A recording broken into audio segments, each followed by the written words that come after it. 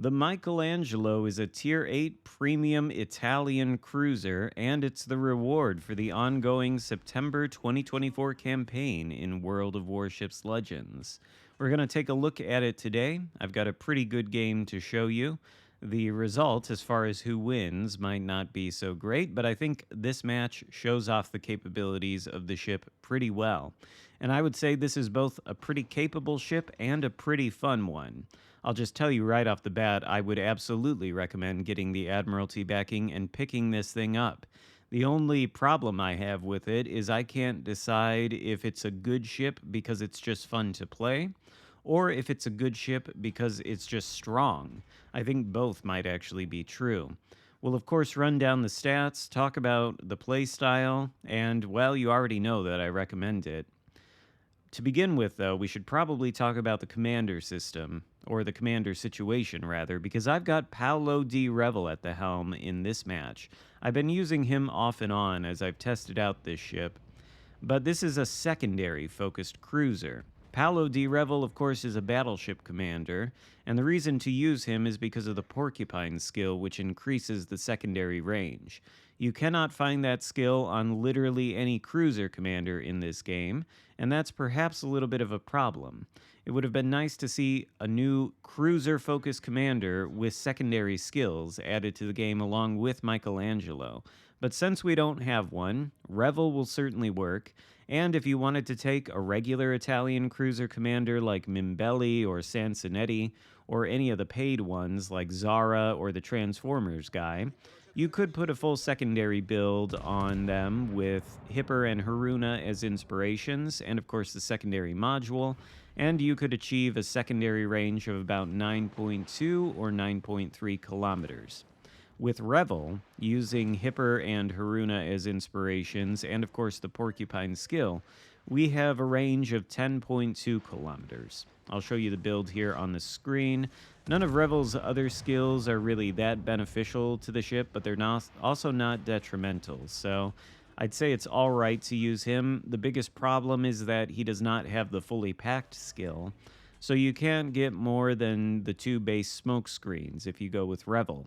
You do get more heals, though, with Master Mechanic. I've got 4 in this build, so that maybe makes up for the lack of smoke screens. Anyway, we'll run down the stats now, starting with the HP. We've got 66,100, a very robust HP pool, I would say, for a cruiser. It's almost battleship levels, if the battleship is maybe at tier 6. But anyway, that's a lot of HP, and the armor is pretty good too. We've got 25mm plating on both the bow and the stern. Of course, that is going to be overmatchable by practically every battleship you'll encounter while playing the game. But the side plating is 40mm on the upper belt and deck. So that's enough to bounce any battleship AP in the game, and it's even thick enough to shatter a lot of HE. So I'd say this thing is very tanky between the big HP pool and the excellent armor on the sides.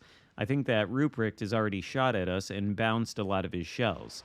This is a very survivable cruiser that I think you can take into brawling situations, which you want to do because you want to get these secondaries singing, as they are now.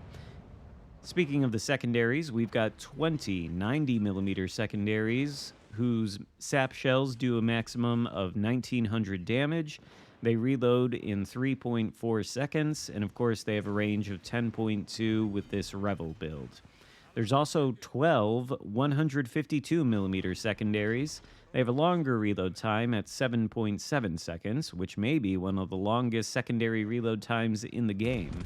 Maybe the Atlantico's bigger 200 whatever millimeter secondaries take a little bit longer to reload, but 7.7 seconds is a long time. However, the 152mm secondaries on this ship do a maximum sap shell damage of 3,650. So these things can really start shredding targets, especially targets that are not well angled. As for the main battery, these are 2 turrets of 4 guns, 320mm in size, so fairly large. These are like super cruiser caliber guns. They only have a range of 15.8 kilometers when you don't build into it, and that's not fantastic. The reload time is also long at 23 seconds, but the 180-degree turn time, considering these turrets have a full 360-degree rotation, is 22 and a half seconds, and I'd say that's fairly alright. The maximum AP shell damage is 9,700, and the maximum sap shell damage is 9,500. So these sap shells on the main battery guns can do a ridiculous amount of damage if you can land enough of them on a surface that you can penetrate. I've had salvos well in excess of 10k from this sap against enemy battleships. But that's not it as far as the main armaments go. It also has torpedoes. It's got two triple launchers on either side of the ship. They take 120 seconds to reload, but the maximum damage they do is 20,433. Those are like IJN torpedo numbers, and I think people are probably shocked to get hit by these Italian torpedoes and have that much damage done to them. They have an 8-kilometer range, and they have a 72-knot speed.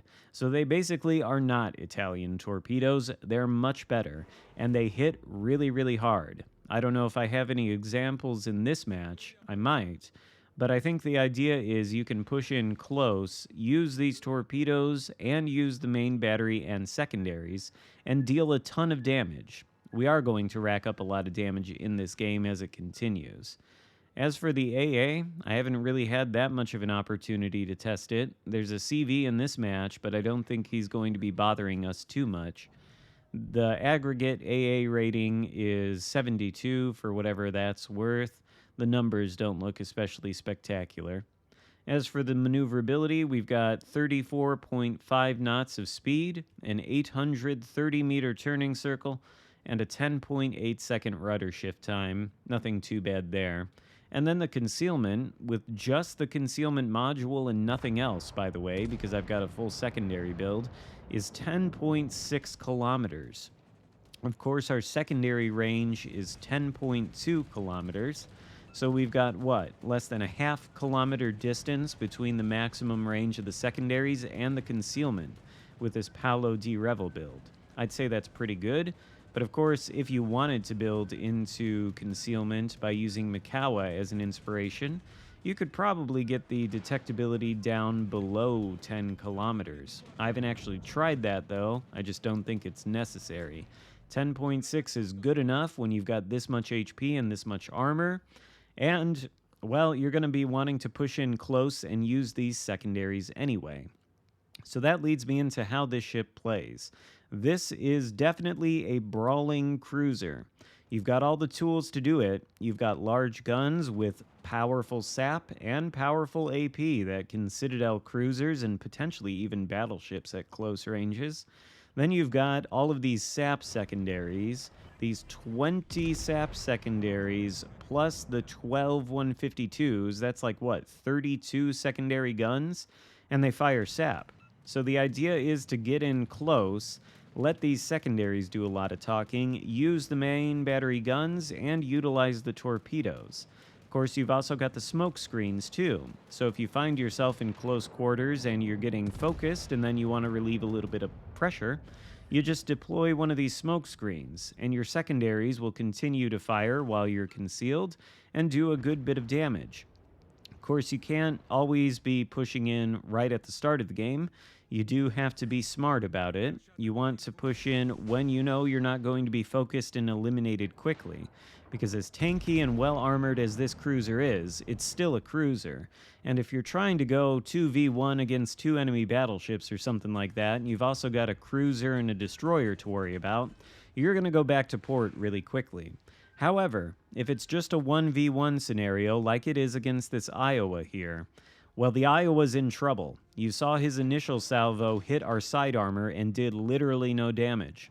As we get closer, it might be easier for him to hit our bow and do a little bit of damage to us, but both our secondaries and our main batteries with the sap are absolutely shredding his HP. He's going to be going down quite quickly. The only real problem here with the secondaries is you can see the damage numbers fall off just a little bit when the target is angled. Sap has really good penetration angles, but it can still bounce against targets that are bow on like this Iowa is. However, if it finds a spot to penetrate, then it's very easy to get a close quarters expert. And of course, it's going to fire at enemy destroyers. With it being Sap, these are quite effective even though the Velos goes down to one of our teammates. We do, however, have a Lucian sitting right in front of us who has already launched his torpedoes. So we're going to try to take a blind shot. We don't quite connect. The Lucian is moving inside of that smoke screen, and he's trying to shred us with his DPM. But he's already given up the game with his torpedoes. I don't think he should have them on off of cooldown yet, so if we continue to approach, we should be relatively safe. And frankly, the Lucian's HE is going to shatter on a lot of our armor, so it's not too concerning to be under this amount of firepower. As for the Lucian himself, well, he does come out of the smoke screen, and he's 3 kilometers away from us. This is sap from the main batteries and the secondaries, so it will do a good amount of damage. I don't think that was a spectacular salvo there, but there's a second close quarters expert on the Lucian. Secondaries coming through for us again and taking out the enemy destroyer. That leaves only 2 ships left alive in this game, and this is perhaps where we could start talking about the carry potential of this ship. I think it does have that carry potential, but as far as this match, we're in not the best situation. We know there's the enemy destroyer in the Delta Cap, and we've got our friendly destroyer somewhere behind us. I think he's been following us around this whole game, and he might have provided a smoke screen once or twice. The enemy DD is going after our CV. And the CV is dropping him with bombs and hiding behind an island, trying not to get shot. So the question is, do we go after the last remaining enemy battleship, or do we go after the DD? And the answer that I found to that question, or that I decided on, was both. We're going to sail toward the Bravo Cap and shoot at the Massachusetts on the way in. Yet another example, by the way, of the Massachusetts hitting us with an AP shell and bouncing. This thing, as I've said again, and I'll say it more, is very tanky. We hit the Massachusetts back pretty well, and I think in retrospect, we probably should have been turning the guns to the other side of the ship to shoot at the enemy destroyer. But I was thinking perhaps the CV and my destroyer teammate would be able to handle that guy. Our destroyer teammate, I think, is in range to at least fire at the enemy DD with its main battery guns, and certainly it's getting hit by the CV's secondaries, but it's not going to work out too well for that CV. So we're continuing to push into the Massachusetts. Our goal is to take him out. The point situation is very close. We hold the same amount of caps as the enemy team, and we are ahead on points. So as long as none of us sink, they don't really have a way of acquiring points. Finally, we turn our guns to face the Jaeger, but it's too late. He's going to make it behind that island before our shells can hit.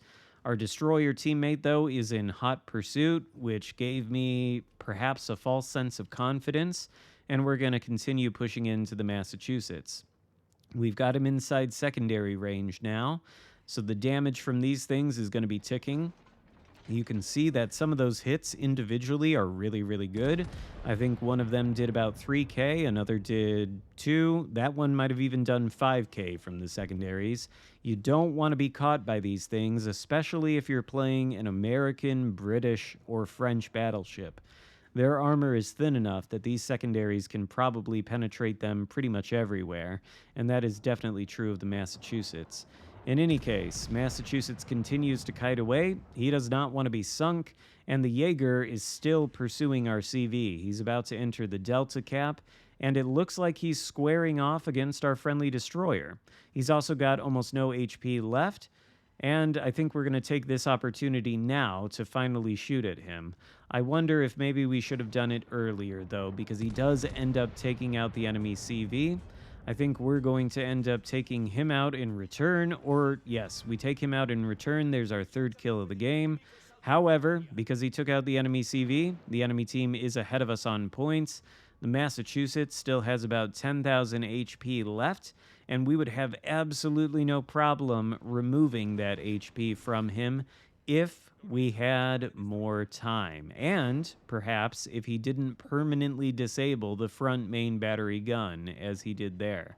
That's the only time I've had that happen while playing this ship, so I don't think these turrets are especially weak. But we've only got one left. The result from its salvo was not good enough, and the secondaries, while they do have the power to take that guy out, there's just not enough time for them to do it. And so we lose this game in rather tragic fashion. However, we get 2 close quarters experts, the high caliber medal, and 174,000 damage done. According to my statistics so far in the Michelangelo, I am averaging 135,000 damage per game. This thing has tremendous damage output. It's tanky. It's very unique. There's nothing else like it. It is a true secondary-focused cruiser, and I think it's a lot of fun to play. I would highly recommend it. I hope you enjoyed the video. If so, give it a thumbs up. Consider subscribing if you haven't already, and I'll see you next time. Goodbye.